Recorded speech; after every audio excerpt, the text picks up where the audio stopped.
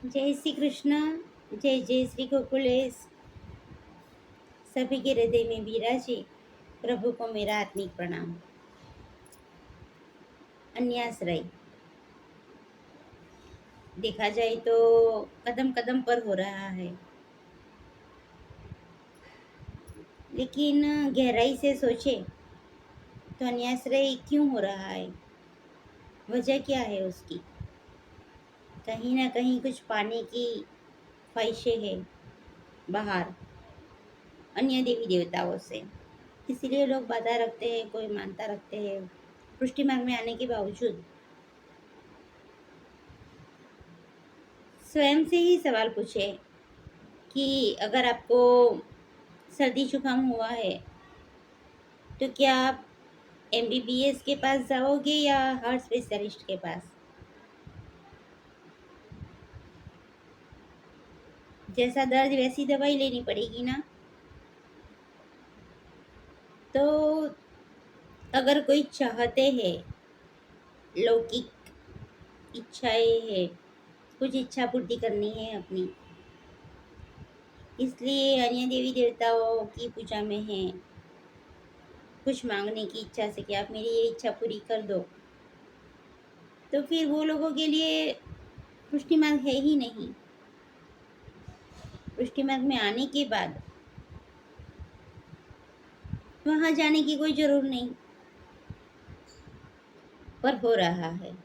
पुष्टि मार्ग में आने के बावजूद भी ये हो रहा है, तो वजह उसकी केवल इतनी है कि अपनी चाहतों पर काबू नहीं है, लौकिक इच्छाओं पर, और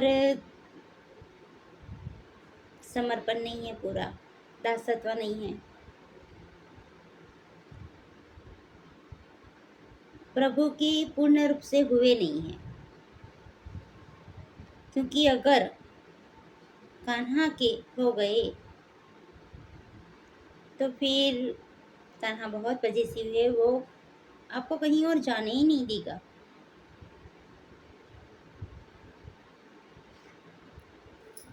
एक बार जिसको कान्हा ने ये कह दिया कि हाँ अब तुम मेरा हो गया, उसको कान्हा भटकने नहीं देगा।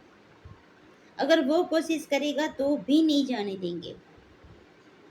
मानो कि कोई एकदम नया नया है, उसे कुछ भी पता नहीं है कि क्या करने से अन्याश्रय होता है, क्या करने से नहीं होगा, मतलब मुझे किस रास्ते पर जाना है, कुछ भी नहीं पता होगा अगर उसे। और अगर कोई दूसरों की वजह से उसके मन में वो बात बैठ गई कि चलो मुझे ये करना है जो अन्याश्रय में आता है, तो प्रभु वो होने नहीं देंगे। वो चाहे कितनी भी कोशिश कर ले, ये प्रभु को पता है ना कि ये अन्याश्रय है, ये मेरा हो गया है। अगर उसने निसाधन अवस्था में मुझे पूर्ण अपनी अज्ञानता के साथ मुझे ये कह दिया है कि मुझे कुछ भी पता नहीं है, बस मुझे आप सही रास्ते चलाना, मैं आपका हुआ,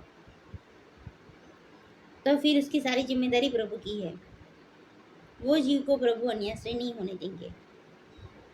तो जो अन्याश्रय में है, जो कर रहे हैं, वो प्रभु के हुए नहीं है। उन्होंने वो मतलब जो सौंपना होता है प्रभु को, वो खुद को सौंपा ही नहीं है, समर्पण ही नहीं किया है, इसलिए ही ये अन्याश्रय हो रहा है। क्योंकि एक वो प्रसंग है ना, वार्ता जी है, जैसे कि कोई माँ जी थे, उनको मतलब कोई दुसंग मतलब कोई पड़ोसी ने ऐसा कुछ कहा कि तुम्हारी ये तकलीफ के लिए मतलब कोई पीर बाबा है जिनके पास शुक्रवार को जा सकते हैं, वो कुछ धागा करके देते हैं और तुम वो जो दे जल, उसको तुम प्रसाद समझ कर पी लेना। और उसने पहली मतलब मन में तो ऐसा उसको सोचा, मतलब उसने कहा मन मन से ऐसा हुआ कि नहीं, ये अगर मैं कहीं गई तो ये अन्यायी तो नहीं हो जाएगा। फिर भी जैसे दुसंग लगा, उसकी बातों में आई थोड़ी सी, और उसने ऐसी कोशिश की कि चलो मैं शुक्रवार, पहला शुक्रवार आया, मुझे जाना है अभी, तो प्रभु ने उसके वहाँ वैष्णवों को भेज दिया,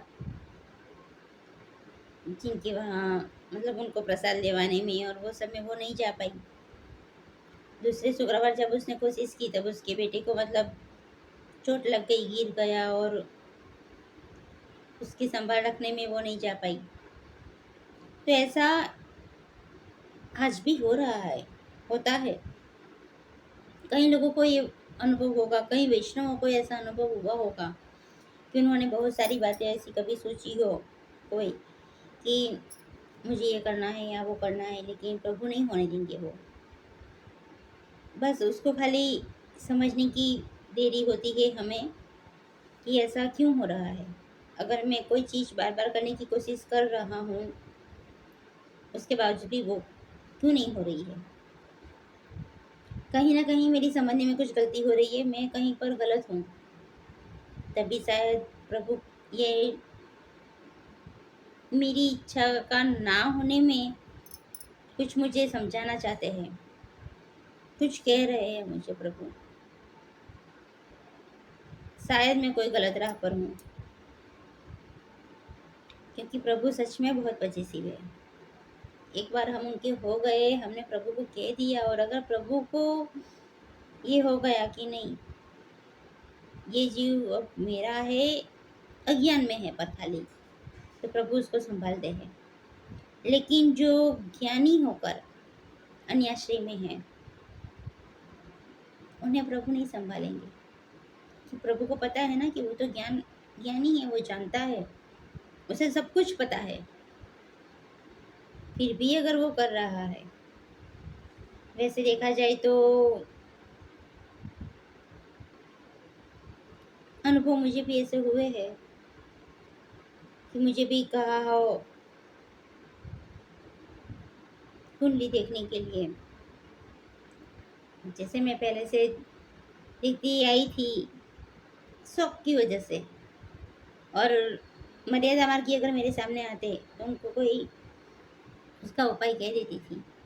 लेकिन अगर पुष्टि मार्गी आते थे तो मैं मना करती थी कि नहीं, ज्योतिषी के चक्कर में मत पड़ो, क्योंकि मुझे खुद मेरे ज़िंदगी से ये अनुभव हुआ है कि जो चीज़ मैं मतलब जानती थी कि ये होने वाला है, और मैं वो होने देना नहीं चाहती थी, तो भी मैं उसको बदल नहीं पाई। समय संजोग ऐसे आए कि सब कुछ जानते हुए भी मुझे वो करना ही पड़ा। वो हुआ ही, क्योंकि वो होना लिखा था। होना लिखा था, वो होकर ही रहा। मेरे ज्योतिष जानने की वजह से मैं उसको रोक नहीं पाई, क्योंकि अगर ऐसा होता, अगर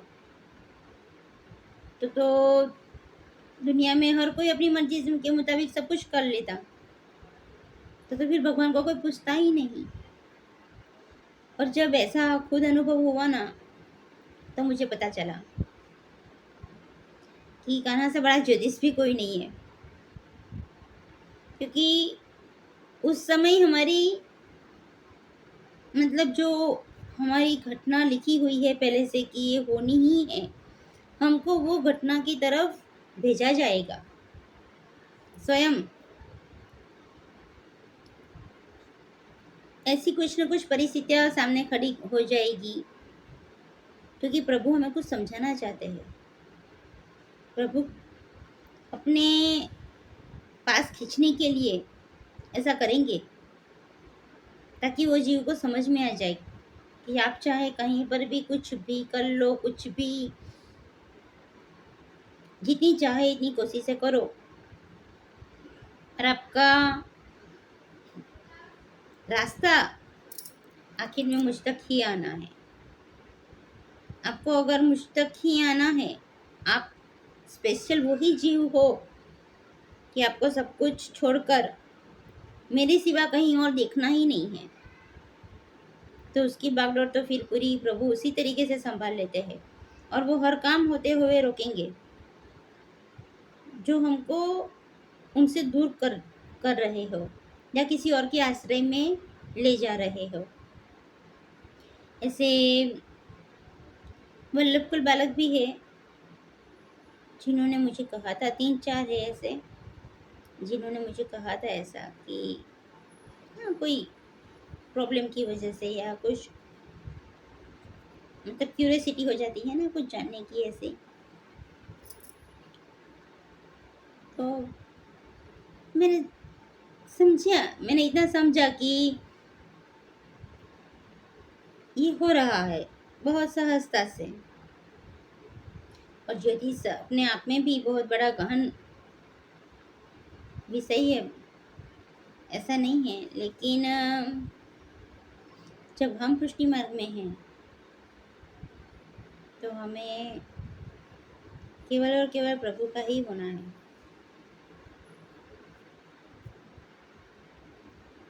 अगर हम घर से उज्जैन जा रहे हो, मगर हमारे मन में भावना ऐसी हो कि हमें उज्जैन जाकर महाकाल के दर्शन करने हैं, और महाकाल के दर्शन की इच्छा को लेकर हम घर से निकले और फिर उज्जैन बैठक जी भी साथ में कर आए, तो वो अन्याश्रय होगा। लेकिन अगर घर से हम ये सोच कर निकले कि नहीं, हमें बैठक जी करना है, हमें बैठक जी दर्शन जाना है बैठक जी को, और तब कोई हमें ऐसा मिल जाए कि जो हमारे साथ हो, या कोई भी अगर ऐसा जो ऐसा कहे कि चलो उज्जैन महाकाल के भी दर्शन करके आए,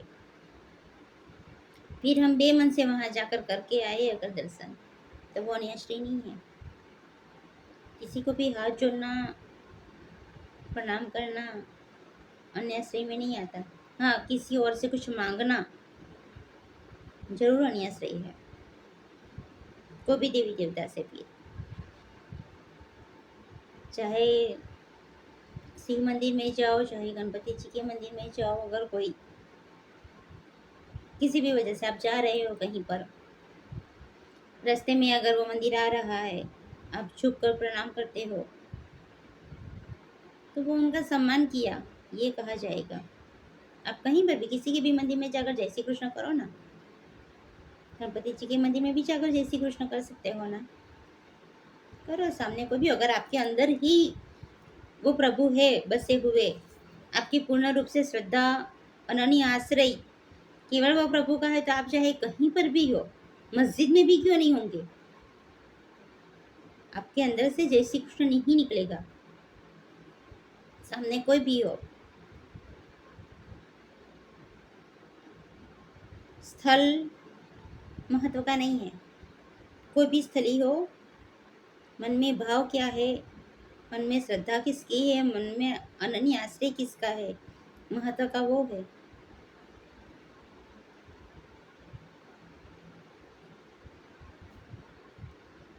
एक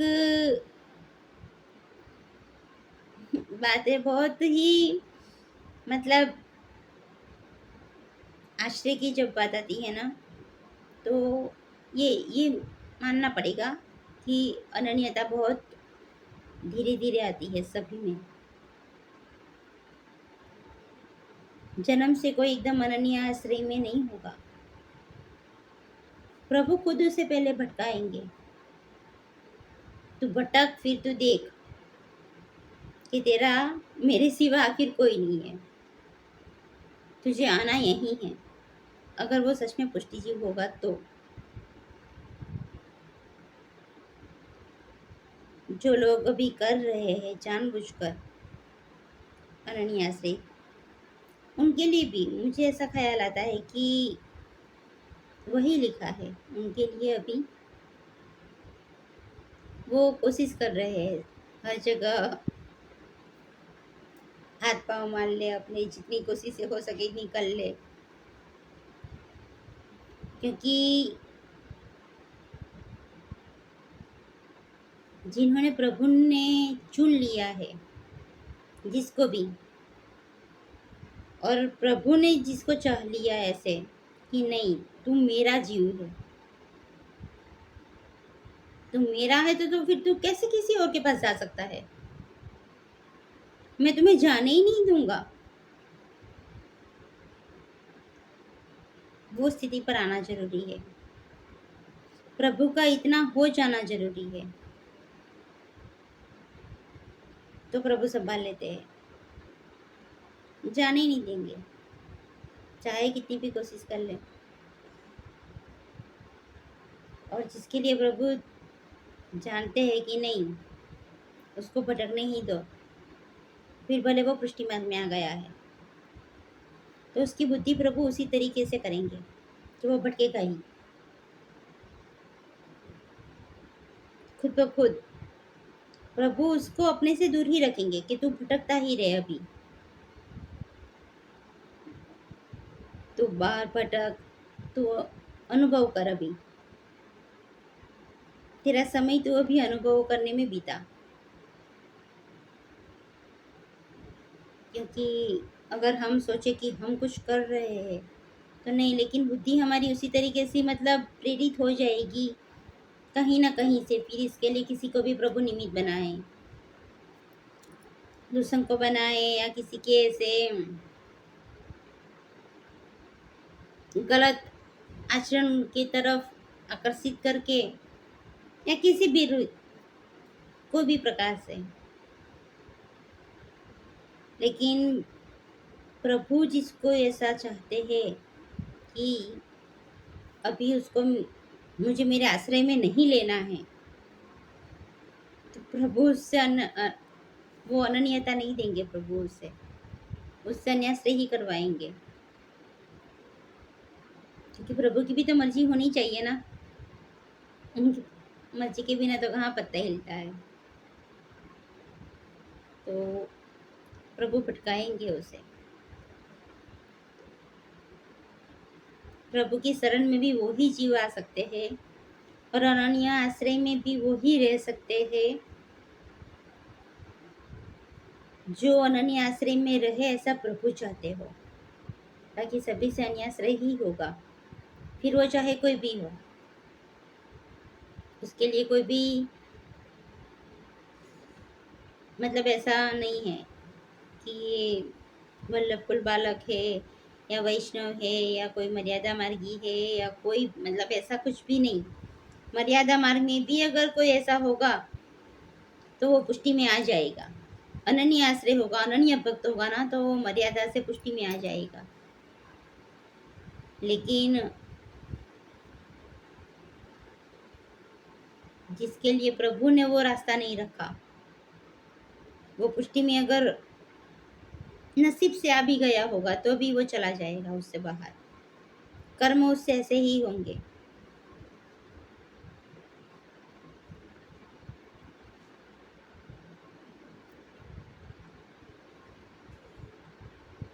कुछ लोगों ने मतलब ऐसा पूछा था मुझे पहले कि ये सारी बातें सब पुष्टि मार्ग की रचना होने के बाद ही हुई, इससे पहले कहाँ कुछ था ऐसा अन्याश्रय जैसा। सब कुछ सनातन था, मतलब मूल सनातन है सभी का। तो ये सब बातें, ये सब मतलब ऐसी चुस्त बातें सब पुष्टि मार्ग के आने के बाद ही हुई, पुष्टि मार्ग की स्थापना के बाद ही हुई। उन लोगों ने पुष्टि मार्ग को इतना गलत तरीके से ले लिया और पुष्टि मार्ग की तरफ ऐसी उंगलियां की, और उसमें कुछ वैष्णवों का भी हाथ है, क्योंकि वो वैष्णवों ने बात ही इस तरीके से करते हैं। वो लोग इतना नहीं समझते कि किसी से अन्य देवी देवताओं से कुछ मांगना अन्याश्रय में आता है।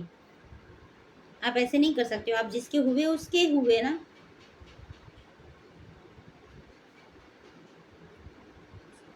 मांगने की बात तो बहुत दूर तक मतलब है ही नहीं। पुष्टि मार्ग की बात ही पूरी अलग है। बाल भाव से सेवा है, तो बच्चों को तो देना होता है, लेना थोड़ी होता है बच्चों से। आनंद भी प्रभु को देना है, भले वो स्वयं आनंद स्वरूप है, वो स्वयं सबको आनंद देते हैं।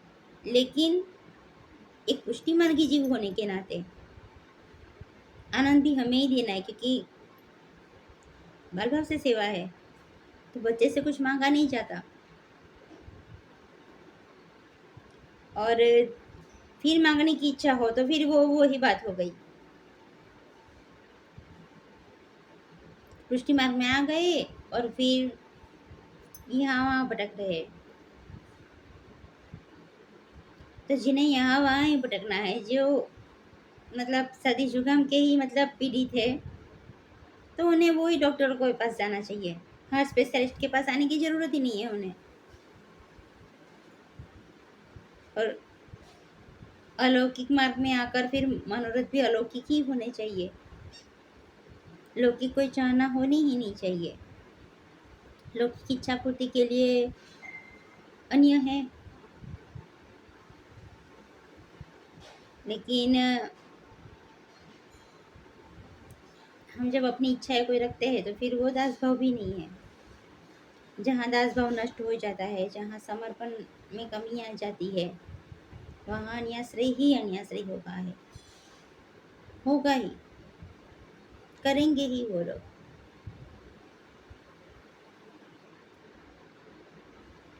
कि हकीकत में तो प्रभु ने भी जिसको अपना लिया है ना, उससे अन्याश्रय नहीं होगा। वो चाहेगा तो प्रभु नहीं होने देंगे। जब तक वो सीधा नहीं होगा, मतलब सीधे रास्ते नहीं चलेगा, जब तक वो अनन्यता समझकर यहाँ वहाँ देखना बंद नहीं करेगा ना, तब तक प्रभु उसको कुछ न कुछ ऐसा करवाते रहेंगे। कुछ न कुछ उसकी जो सोच होगी ना, वो गिनती उसकी उल्टी करते रहेंगे। फिर भी अगर नहीं माना वो, तो उसको दंडित भी करेंगे कि तुझे इतनी बार समझा रहा है, तू समझ क्यों नहीं रहा है।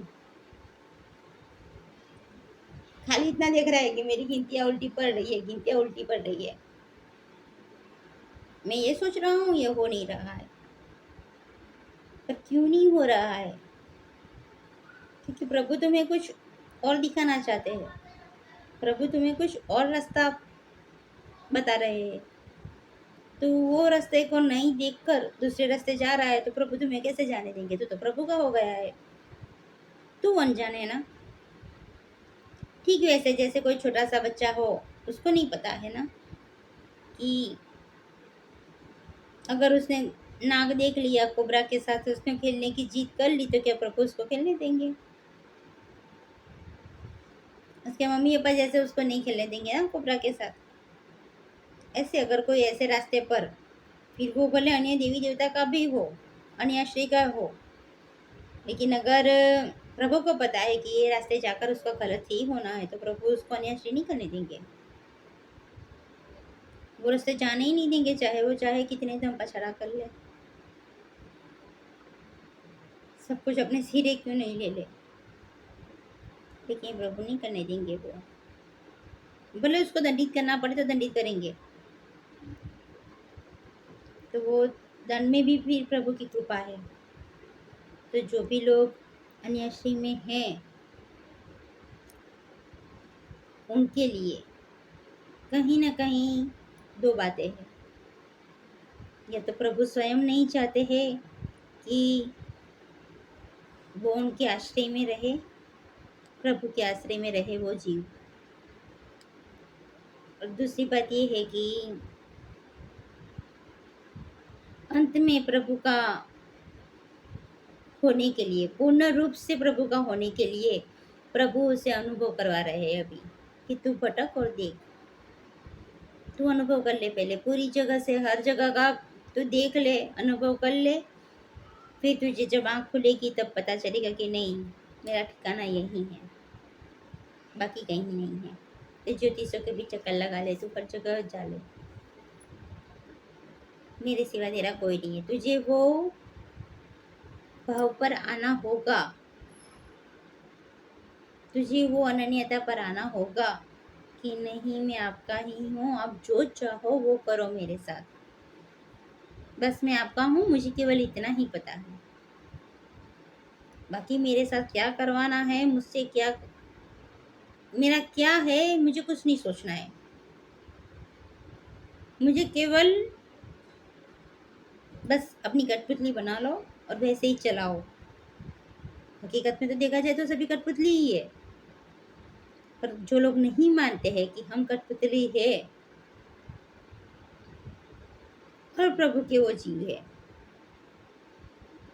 तो उन्हें पहले भटका कर भी फिर अरण्यता में ले ही आएंगे। और जो ये समझने को ही तैयार नहीं है, जानते होने के बावजूद, वो प्रभु के जीव नहीं है। प्रभु नहीं चाहते हैं उन्हें। प्रभु यही चाहते हैं कि तू दूसरों में ही रहे। मेरे पास अभी आने का समय नहीं है तेरा।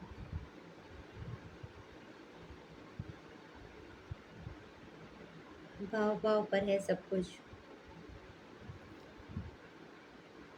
जैसे कुछ ग्रेजुएट होने के लिए ग्रेजुएशन तक आना ज़रूरी है ना, तो ऐसे ही अनन्यता के लिए भी धीरे धीरे करके आश्रय हर एक स्टैंडर्ड का, जैसे हमें रिजल्ट चाहिए वैसे जीवन के हर एक ऐसे तबक्के में से में हमें गुजरना पड़ेगा, पास होना पड़ेगा, ग्रेजुएट होना पड़ेगा उसमें। उसके बाद ही अनन्य आश्रय में आ सकते हैं। वो दृढ़ता आ सकती है। और बिना दृढ़ता के, बिना अनन्य आश्रय के हम पुष्टि मार्ग में आगे नहीं बढ़ सकते। कि अन्य आश्रय ही सबसे बड़ा बाधक है। जय श्री कृष्ण। जय जय श्री गोकुलेश। सभी के हृदय में विराजे प्रभु को मेरा हार्दिक प्रणाम।